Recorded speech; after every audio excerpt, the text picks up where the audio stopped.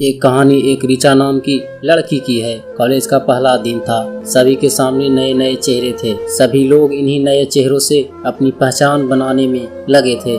सभी एक दूसरे से अपना परिचय करा रहे थे। तभी कॉलेज के पहले दिन का हमारा पहला क्लास शुरू हुआ। क्लास से पहले चल रहे इंट्रोडक्शन के इस सिलसिले को मैम ने और आसान बना दिया। उन्होंने आते ही सबसे पहले सभी को अपना इंट्रोडक्शन सबके सामने देने को कहा। सभी स्टूडेंट एक एक कर अपने बारे में बता ही रहे थे। तभी जैसे ही ऋचा ने अपने बारे में कहना शुरू किया, मानो उसी क्लास में बैठे विशाल की आंखें उस पर टिक गई।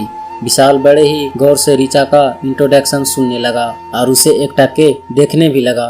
ऋचा के बैठ जाने के बाद अब विशाल की नजरें तो बस ऋचा पर टिक गई थी। कॉलेज के दूसरे दिन भी जैसे विशाल कॉलेज आया, उसकी निगाह तो ऋचा को ही ढूंढ रही हो। विशाल ने ऋचा से किसी भी तरह किसी भी बहाने से बात करने की बहुत कोशिश की, लेकिन उसे ये मौका ही नहीं मिल पाया। ये सिलसिला काफी दिनों तक चलता रहा।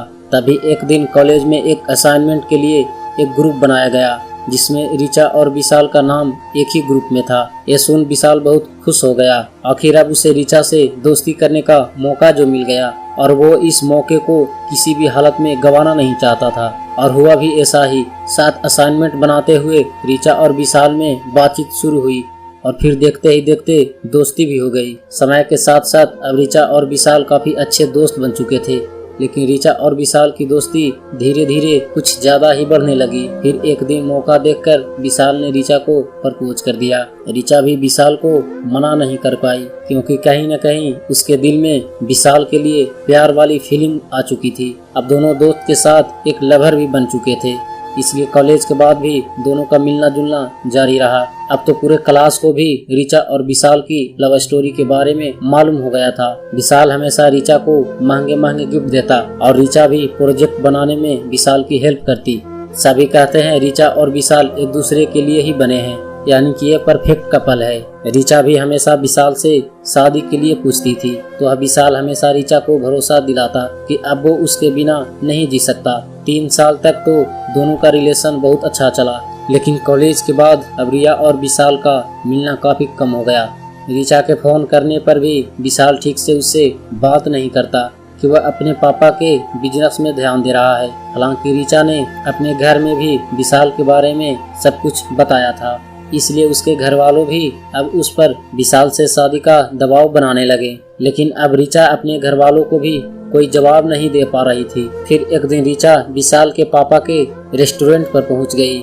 वहाँ उस वक्त विशाल नहीं था, तो ऋचा ने विशाल के पापा को कहा कि वो विशाल की फ्रेंड है और यहाँ से गुजर रही थी तो यहाँ आ गई। फिर मैंने किसी तरह से उसका नाम जाना और जल्दी विशाल के पापा ने ऋचा को बैठाया और वेटर से कुछ खाने पीने की चीजें लाने को कहा। दोनों बैठकर बातें करने लगे। तभी विशाल के पापा ने कहा कि बेटा तुम आ रही हो ना विशाल की शादी में। ये सुन तो मानो ऋचा को अपने कानों पर विश्वास ही नहीं हुआ। उसने फिर से पूछा तो उसने कहा हाँ विशाल की शादी है अगले महीने और उसी को तैयारी में लगा है। बहुत खुश है वो आखिर अपनी पसंद की लड़की से जो शादी कर रहा है। दोनों स्कूल टाइम से ही एक दूसरे को जानते हैं। ये सुन अब ऋचा बिल्कुल निशब्द हो गई और वहाँ से निकल पड़ी। घर आकर ऋचा सीधे अपने कमरे में गई और खुद को कमरे में बंद कर घंटों रोई।